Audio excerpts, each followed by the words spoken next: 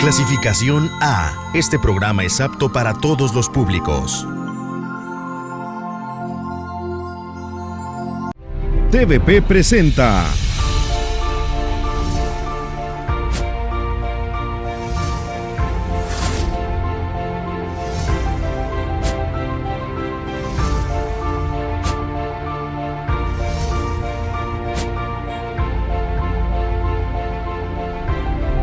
Imágenes del Campo. Amigos, pues iniciando precisamente pues el programa Imágenes del Campo, en esta ocasión pues y en esta edición un tanto especial vamos a platicar con el profesor Miguel Ángel Castro Cosío, como ya se los anuncié anteriormente, y sobre todo pues hacer un relato de lo que ha sido su vida como maestro, pues lo que fue un profesor que ejerció el magisterio bastante tiempo, como líder campesino, como dirigente y en este caso también pues como presidente de lo que es COSAES, lo que es el Comité de Sanidad Acuícola del Estado de Sonora. De toda una serie de temas y de acciones que ha desempeñado a través del tiempo y la distancia el profesor Miguel Ángel Castro, y agradecerle la oportunidad de echar la platicada, pero pues ni siquiera nació en Sonora, nació en La Paz, Baja California, según nos dice. Pero ¿cómo es que se viene usted de allá, profe, en aquellos años y cuándo, mejor dicho? Bueno, en efecto, yo nací en La Paz, Baja California, el 14 de octubre de 1950. Estudié la educación primaria, la secundaria, la normal superior y la licenciatura en Ciencias Sociales allá en Baja California. Todos mis estudios los hice allá, en mi tierra entrañable. Siempre he presumido que estoy ligado indisolublemente al mar. Pero un día me tuve que venir a trabajar de educación primaria porque en aquel entonces el gobierno federal daba las plazas desde el primer día de septiembre en posesión definitiva a los profesores, porque había mucha demanda de maestros, había mucha población infantil y teníamos que atender el llamado de la nación e íbamos a cualquier parte del país. ¿En qué años llega? Yo tuve la fortuna de llegar aquí en el año 1969, todavía tenía 18 años.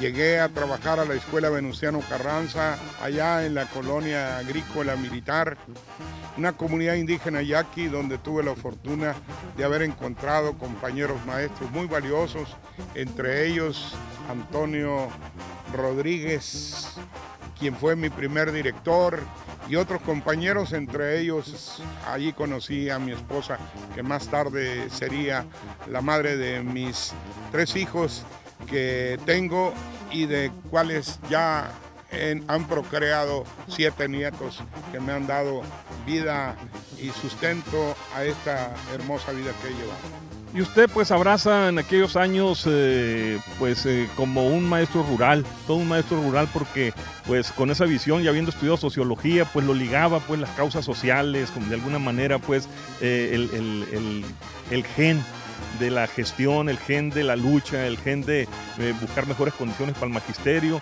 y le entra la lucha magisterial en aquellos años cuando usted se cambia de esa escuela de la colonia militar hacia Ciudad Obregón. ¿Cómo está la cosa? Bien, en la colonia militar fue para mí la primera escuela de lucha social que tuve, porque me ligué con la comunidad indígena, con un pueblo primitivo, pudiésemos decir, porque ellos eran originarios de esta zona y a la cual el gobierno de la República les había dado en propiedad terrenos de carácter agrícola.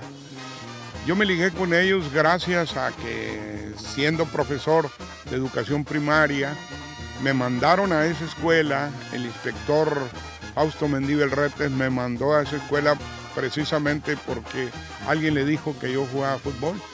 Y fue gracias al fútbol que fui a la colonia militar. Tal vez no hubiera jugado fútbol, me hubiera tocado mucho más lejos, o en la sierra, o en otra parte. Pero allí en esa escuela, digo que aprendí a ser un luchador social.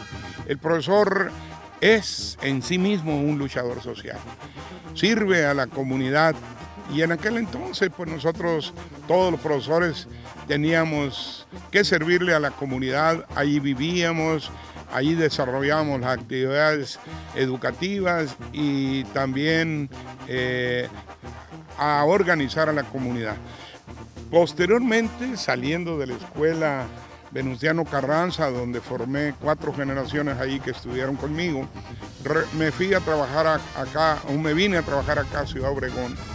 Y aquí en Ciudad Obregón inmediatamente me ligué con las ideas democráticas de los profesores democráticos, brillantes maestros, que recuerdo sus nombres de algunos, casi de todos, pero que ellos fueron los que me llevaron de la mano a la lucha democrática por las demandas de democracia e independencia sindical, aumento salarial y respeto a los derechos de los maestros.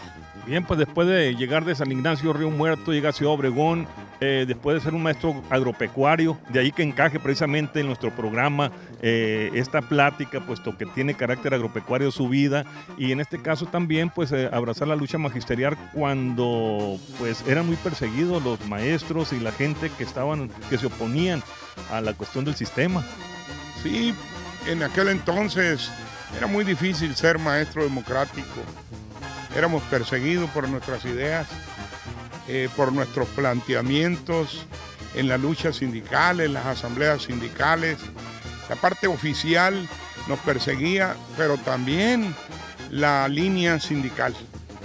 A veces éramos más perseguidos por la línea sindical que por la propia línea oficial. Muchas de las veces la misma línea oficial reconocía nuestros atributos, reconocía nuestra entrega y nuestra pasión por la educación, mientras que la otra parte lamentablemente obedecía los cánones que en aquel entonces dictaba un solo partido y que obligatoriamente querían que nosotros formáramos parte del PRI. Pero como nosotros aprendimos teoría revolucionaria, aprendimos una serie de planteamientos, de ideas, de principios, de poemas, de canciones que en aquel entonces nos incitaron a tomar nuestra propia vida, a luchar por ideas transformadoras, fuimos perseguidos. Me tocó en aquel entonces, cuando estaba muy difícil, ver prácticamente el asesinato de Misael Núñez Acosta, de la desaparición forzada del compañero Ezequiel Reyes Carrillo, el hostigamiento a hombres y a mujeres maestros, y en los cuales en lugar de coartarnos el derecho de expresión, se nos endureció el carácter, nos constituimos en hombres de lucha. Yo le digo en hombre verdadero, porque el que no lucha no es un hombre o una mujer verdaderos. Y aparte pues no tiene el aprendizaje tan significativo como el que usted adquirió a través de estas etapas tan interesantes de su vida. Maestro, vamos a un pequeño corte, pero regresamos con más para continuar platicando con la etapa de lo que es UGOCEP. ¿Le parece bien? Con todo gusto. Ya volvemos. Regresamos con Imágenes del Campo. Continuamos con Imágenes del Campo. Amigos, quiero comentarles que Alinsumos sigue apoyando a los productores para la cosecha de éxitos. Veamos esto. Alinsumos le ofrece acopio y comercialización de granos, parafinanciera, fondo de aseguramiento y todos los insumos que requiere el productor. Somos distribuidores autorizados de semillas Asgrow, con asistencia técnica especializada para su maíz. Alinsumos, apoyando productores, cosechando éxitos. Bien, ya estamos de regreso aquí en Imágenes del Campo, platicando con el profesor Miguel Ángel Castro Cosío, pues actualmente pues dirigente de la UGOCEP y también del organismo muy interesante que después vamos a platicar de él, que es el COSAES. Pero hablando en este caso de la lucha magisterial, que usted tiene una relación muy directa con la gente del campo y se da la cuestión magisterial con la cuestión productiva o organizativa, en este caso con la cuestión de la UGOCEP, pero platíquenos los orígenes, maestro. Bien, ligado que estuve a los maestros, a la lucha magisterial, al intenso trabajo comunitario desarrollado en San Ignacio Río Muerto, pues me vinculé con los campesinos que en aquel entonces andaban en el movimiento luchando para que se les entregaran las tierras. Yo, siendo profesor, le llevé el apoyo a los compañeros al Bloc 401, a los otros lugares donde estuvieron ellos, en el 407, muy importante la lucha agraria allí. Estuve presente cuando asesinaron a los campesinos de San Ignacio y Río Muerto. Yo estuve allí, a mí me tocó llevarlos finalmente a la tumba allí en el panteón. Me tocó ver ese escenario y ahí se me fortaleció a mí el espíritu guerrero, el espíritu de lucha para pelear por la demanda de los campesinos. Entonces me ligué al movimiento campesino a través del Partido Revolucionario de los Trabajadores, que por cierto es el único partido donde yo he militado. Posteriormente ya no volví a militar en ninguno. Yo le digo a la gente que era entonces muy difícil ser de izquierda. Y en este caso, pues usted, después de esa relación precisamente la que hablamos con los campesinos, con la visión que usted pues tuvo de que observó las necesidades de la gente en relación pues al hambre que tenían de tener un pedazo de tierra, de tener un proyecto, le entró la cuestión de la organización de ellos mismos a través de la UGOCEP. A través de la lucha intensa que se dio, la lucha magisterial, la lucha campesina, la lucha urbano-popular, la lucha por ideales de justicia social, surge la vinculación del movimiento campesino con el movimiento magisterial y se crea una organización que se llama UGOCEP. La UGOCEP nace en 1986 y desde entonces ya casi se cumplen 33 años, he luchado en esa trinchera. En esa trinchera, al lado de los campesinos, me tocó a mí luchar en la primera toma de tierra. Jamás había estado yo encabezando un movimiento campesino, pero me tocó hacerlo en el bloque o en el predio Capetamaya, allá cerca de Navojoa. Y allí fui a una escuela de capacitación agraria que duró justo 20 días. Del 10 de abril al 30 de abril, hasta que salimos obligados por las circunstancias, porque estábamos rodeados de policías judiciales y policía municipal de todas partes. Salimos de allí, pero salimos muy fortalecidos. De allí seguimos luchando hasta que el gobierno federal nos dio terrenos que eran propiedad de los narcotraficantes, se los había expropiado, nos los entregó a nosotros y de allí la lucha fue creciendo hasta que nos vinculamos con otros grupos y logramos que nos dieran terreno de vocación acuícola. Gracias a eso y al decreto en donde el gobierno nos dice, son acuacultores ustedes, nos fuimos a trabajar a la orilla del mar. Y en aquel tiempo pues fue, si no mal recuerdo, en la época como gobernador Rodolfo Félix Valdés, que se creó el programa agrario integral de Sonora, que nadie creía y nadie quería las tierras que estaban en la marisma, puesto que la visión o la intención era agarrar tierras de cultivo y pues había resistencia para agarrar esas tierras. Sí, todo el mundo creía que íbamos a fracasar. Incluso hasta los mismos integrantes de los grupos se desavecindaron de sus lugares, de Pueblo Yaqui, de la Marta Regómez, de Benito Juárez, de otras partes del Valle del Yaqui. No quisieron esos terrenos porque no entendían qué era la acuacultura. Pero gracias al programa agrario integral, que no solo nos dio tierra, nos capacitó en el Instituto Tecnológico de Sonora y el gobierno nos apoyó primeramente con gestiones de crédito y todo, y nos pusimos a trabajar en 1992. Es la etapa cuando yo digo, dejamos los dichos y entramos a los hechos. Ahora entramos a una nueva etapa para transformar esa marisma que ayer parecía improductiva y que logramos empezar en 1992 con apenas 226 hectáreas, pero que ahora mira, tenemos 26,000 hectáreas de cultivo de camarón en el estado y produciendo como los mejores en el país. Sobre eso vamos a platicar el siguiente segmento para dedicárselo precisamente a la actividad acuícola del profesor Miguel Ángel Castro, en el sentido pues hasta dónde ha llegado la productividad y esas tierras que nadie quería. Ahora son un vergel, ahora son altamente productivas y él nos va a decir cuántas toneladas inclusive a este día se han levantado en esta temporada. Ya volvemos. Regresamos con Imágenes del Campo. Continuamos con Imágenes del Campo.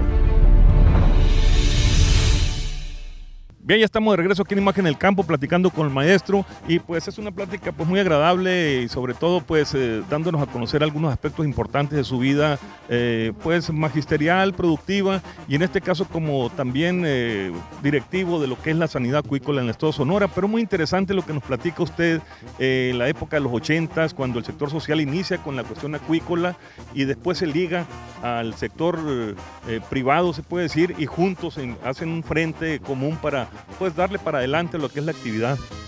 Sí, en efecto, la lucha por la tierra se dio en la década de los 80. En 1992 empezamos a trabajar como sector social y se da un gran proceso, un largo proceso en donde únicamente trabajamos como sector social.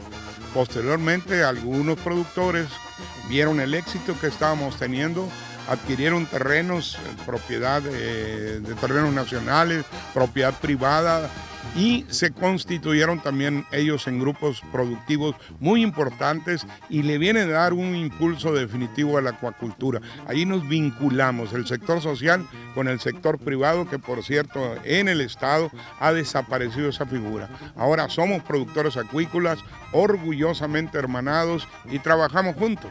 Y los une algo muy que tienen en común, luchar por la inocuidad, por la sanidad del sector.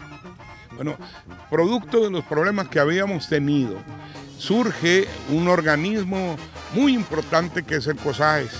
El COSAES fue impulsado por nosotros, tanto el sector privado como el sector social, que por cierto el primer presidente fue el compañero Juan Rurico López Quintero, y a través de él trabajamos, Cuauhtémoc Ruiz Castelo, Miguel Ángel Castro y otros presidentes, fortalecimos el organismo que se encarga única y exclusivamente a la lucha por la sanidad, por la inocuidad y la vigilancia epidemiológica. Las funciones fundamentales del COSAES son esas: vigilar que en las granjas se produzca camarón inocuo, limpio, que vaya a cualquier mercado, ya que los mercados son cada día más exigentes.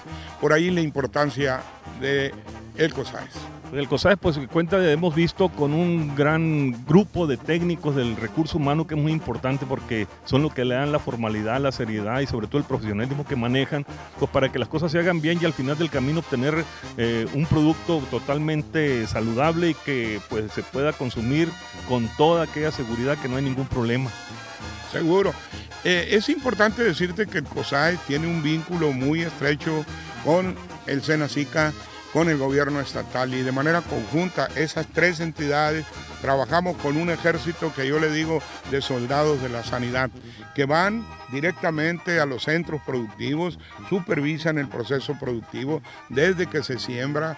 Ahora parece ser que también vamos a intervenir en la supervisión de la producción de la poslarva para que se den mejores condiciones y se tengan mejores resultados por el bien de la actividad.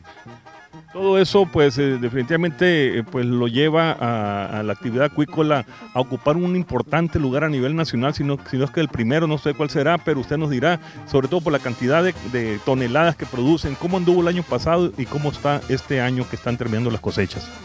Bien, el año pasado tuvimos una producción de 64,000 toneladas y hoy ya superamos las 70,000, es decir, cumplimos el objetivo y la meta que nos habíamos trazado. Esto significa que cada día que pasa los acuacultores, los organismos de sanidad, el propio SENACICA y el gobierno del estado estamos más atentos al proceso productivo.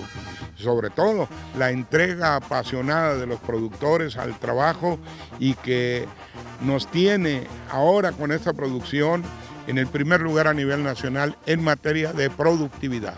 Eso es muy interesante, un dato pues que vale la pena resaltarlo. Y fíjense que cómo es la vida, ¿no? Después de que el maestro llega a San Ignacio Río Muerto, pasa la misma actividad magisterial a la ciudad de Obregón, abraza la lucha social, la dirigencia de la Hugo Cep, posteriormente pues la organización de los acuacultores, de campesinos, y llega como presidente de lo que es el comité estatal pues de la acuacultura, de sanidad acuícola en el estado de Sonora, donde está luchando precisamente por la inocuidad de todo lo que se produce pues en la cuestión de acuacultura.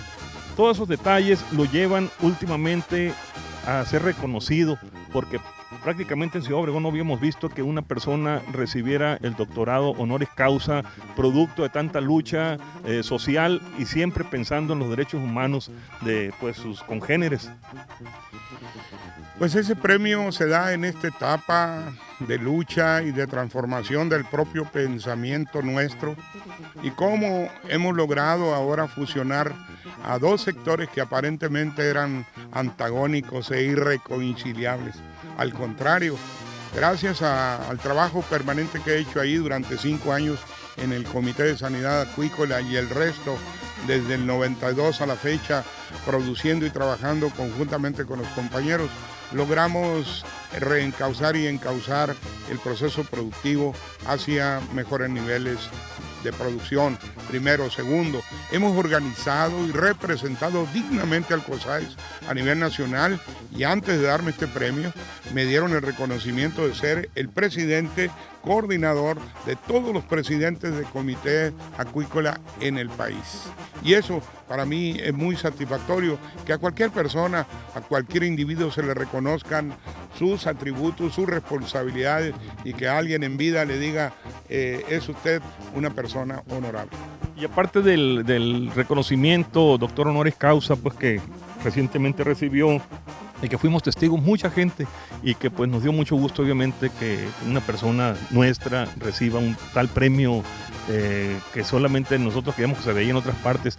Sin embargo, pues también recibe otro premio de parte del príncipe de Camerún. Platíquenos. Bien, ese día fue un día pletórico de emociones, porque en primer lugar se me entrega el premio que debe haberlo traído al mejor guerrero, que por primera vez en la historia se entrega por parte del rey Bantú de Camerún a un extranjero y por primera vez a un mexicano y por primera vez a un sonorense. Ese premio al mejor guerrero es para mí el orgullo que llevo aquí adentro, porque soy de esta tierra, adoptado y abrazado como un hijo, y es para el pueblo yaqui, es para el Valle del Yaqui, es para Cajeme, es para todo Sonora, ese reconocimiento, porque aquí en Sonora es una tierra de hombres y mujeres indómitos. Yo solo represento a una parte de ellos. Muchas gracias, maestro Miguel Ángel Castro Cosío, doctor honoris causa, y yo creo que esta plática nos abre pues el panorama de lo que ha sido su vida, pero también cómo ha venido en un momento dado pues progresando, cómo ha venido, cuál es la metamorfosis del Valle del Yaqui en relación pues, a la organización campesina, en relación a la producción acuícola, principalmente aquí que en la cual nadie creía y que hoy pues es bonanza, es productividad y es un empuje económico y social donde mucha gente se beneficia. Maestro, pues agradecerle la oportunidad que nos da de platicar con usted y vamos a continuar porque hay mucho que hacer en materia de acuicultura, puesto que es una actividad, como antes dije, pujante. Oh, muchas gracias a ti, ingeniero, te felicito por este programa, que el Canal 2 lo tiene desde hace mucho tiempo, es una buena obra de carácter cultural e incentiva a los productores a que vengamos a platicar a tu programa y pues solo les deseo larga vida y muchas gracias por darme esta atención y decirle al pueblo de Cajeme y a Sonora que seguiré luchando hasta el último hálito de mi existencia. Yo siempre he pensado de dónde está el deber y no dónde se vive mejor. Y creo que mi deber está aquí en la lucha cotidiana al lado de los productores. Amigos, pues esto fue Imágenes del Campo, esta edición un tanto especial con el profesor Miguel Ángel Castro Cosío. Nos vemos la próxima semana aquí mismo por TVP. Hasta entonces. TVP presentó